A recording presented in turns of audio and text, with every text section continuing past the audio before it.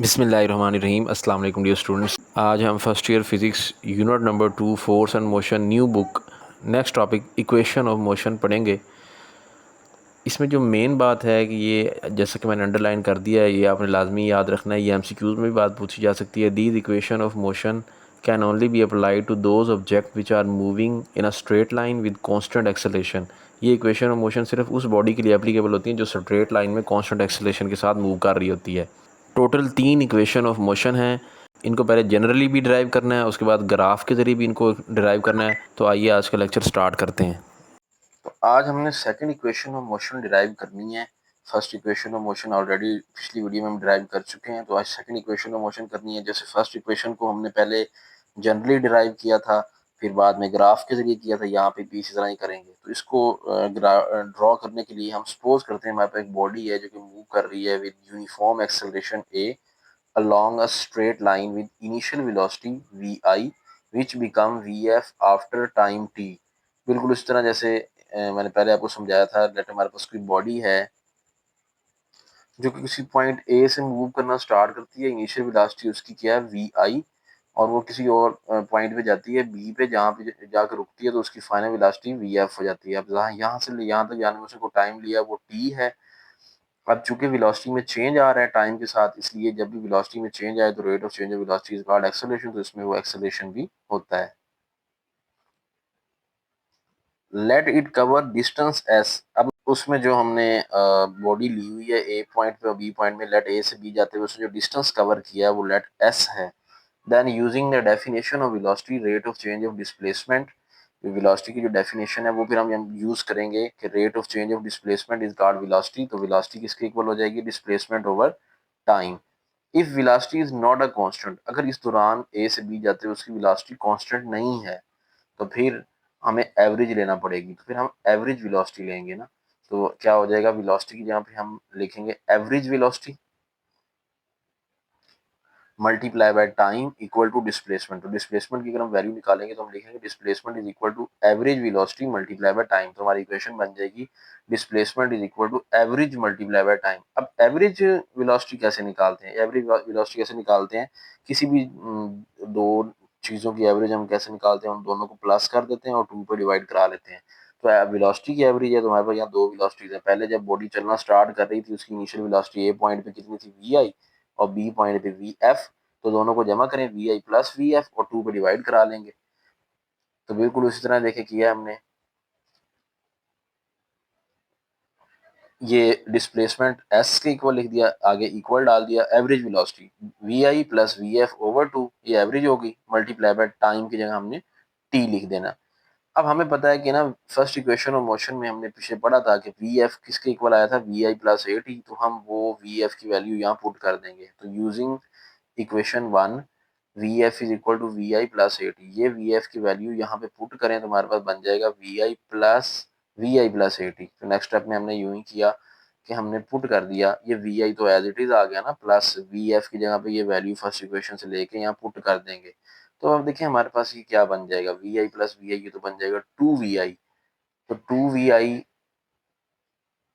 Plus A T over two, हमने denominator को अलग कर लिया। टू इसकी डिवीजन में भी है, टू जो है ए टी की डिवीजन में भी है, तो हम इनको अलग अलग करके लिख लिया। तो ये टू वी आई बन गया। तो two V I over two plus A T over two, यहाँ टू से टू कट जाएगा और नेक्स्ट स्टेप में टी जो है वो मल्टीप्लाई हो जाएगा। टी देखें इस टर्म के साथ भी मल्टीप्लाई होगा और इसके साथ भी।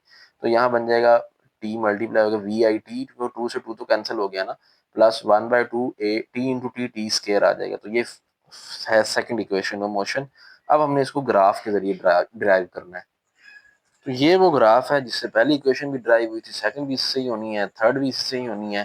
तो इस ग्राफ को अगर हम देखें, तो इस ग्राफ को अगर हम देखें, हमारी बॉडी जो है वो यहाँ से चलना स्टार्ट करती है ओ से, फिर ए पे जाती है, फिर उसके बाद वो बी पे जा रही है, और यूं करके ये उसका फिर हमने परपेंडिकुलर ड्रॉ करके ये सारी शेप कंप्लीट की हुई है। तो हमारा जो बॉडी का जो डिस्टेंस कवर हो रहा है, अगर हम area of figure O A B D के इक्वल है, ओ ए बी डी इसके इक्वल है। तो अगर हम ये ओ ए बी डी को जरा गौर से देखें तो हमारे पास यहाँ पे ना दो फिगर्स बन रही हैं, एक रेक्टेंगल है और एक ट्राइंगल है। अगर आप ये देखें ओ ए सी डी, ये हमारी रेक्टेंगल बन रही है चार साइड वाली, और ए बी सी ये हमारी एक ट्राइंगल बन रही है। तो जो हमारा टोटल डिस्टेंस है बॉडी कवर कर रही है वो होगा हमारे पास area of rectangle plus area of triangle. इन दोनों की एरिया को प्लस कर दे तो हमें टोटल डिस्टेंस बॉडी का मिल जाएगा। हमें सेकंड इक्वेशन ऑफ मोशन जो है बॉडी के डिस्टेंस के बारे में बताती है। तो इसको हम ऐसे लिखना स्टार्ट करेंगे, it can be seen from the graph that distance travel by body is S is equal to V T.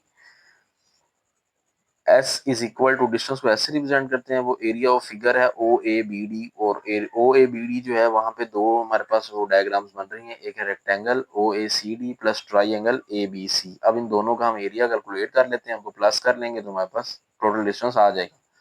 तो total distance S as it is लिखा रहेगा। एरिया ऑफ रेक्टेंगल, रेक्टेंगल होता है फार्मूला एरिया ऑफ रेक्टेंगल का length multiply by width.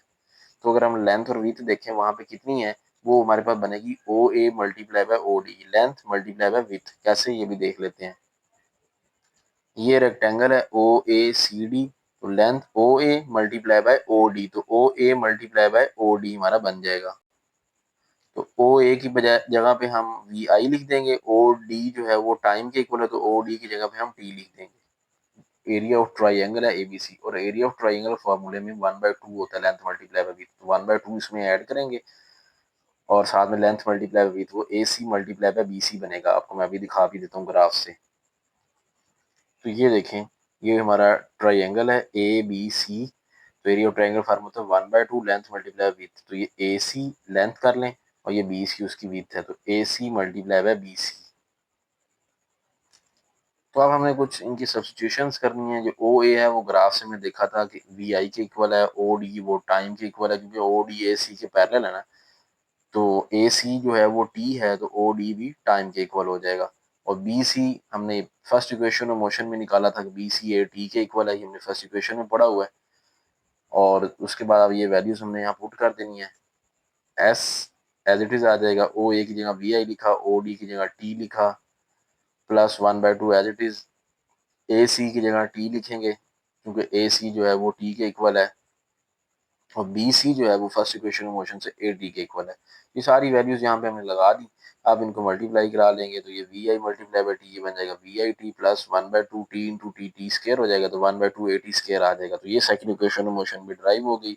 उम्मीद है ये equation आपको समझ आ गई होगी। इस चैनल पर मैथ और फिजिक्स के लेक्चर्स भी अपलोड हो रहे हैं, तो इस चैनल को खुद भी सब्सक्राइब करें, दोस्तों के साथ शेयर करें, वीडियो को लाइक कर दें। मिलते हैं नेक्स्ट वीडियो में, अपना ख्याल रखिएगा, अल्लाह हाफिज़। यूट्यूब पे मेरी कोई भी वीडियो सर्च करने के लिए आपने यूट्यूब सर्च बार में जाके जो है, अगर मैथ का अगर आप सर्च कर रहे हैं तो एक्सरसाइज का नंबर लिखना है। अगर आप एक्सरसाइज 1.2 है या जो भी 2.1 है, 2.4 है या 3.1 है, जो भी है, class 9 math new book by Ehsan Amar, ये आपने सर्च करना है। तो ये चीज़ जो है ये सेम रहेगी, class 9 math new book by Ehsan Amar. बस स्टार्ट में अपने एक्सरसाइज का नाम जो है वो लिख देना है। इस तरह अगर आप कोई फिजिक्स का टॉपिक सर्च कर रहे हैं तो टॉपिक का नेम लिखें। For example types of motion अगर आपने सर्च करना है तो types of motion class 9 physics new book by Ehsan Amar आपने लिखना है। तो ये वीडियोज़ जो है मेरी आपके सामने ईजिली आ जाएंगी। इसके अलावा अगर आप केमिस्ट्री का सर्च कर रहे हैं तो केमिस्ट्री का टॉपिक लिखें जो भी है। For example compound and mixture and element है तो लिखेंगे compound mixture and element class 9 chemistry new book by Ehsan Amar. तो ये इस तरह करके आपको मेरी वीडियोस जो है वो आसानी से मिल जाएंगी। इस चैनल पर केमिस्ट्री फिजिक्स मैथ तमाम जो है लेक्चर अपलोड हो रहे हैं, तो आप काइंडली इस चैनल को सब्सक्राइब भी कर लें।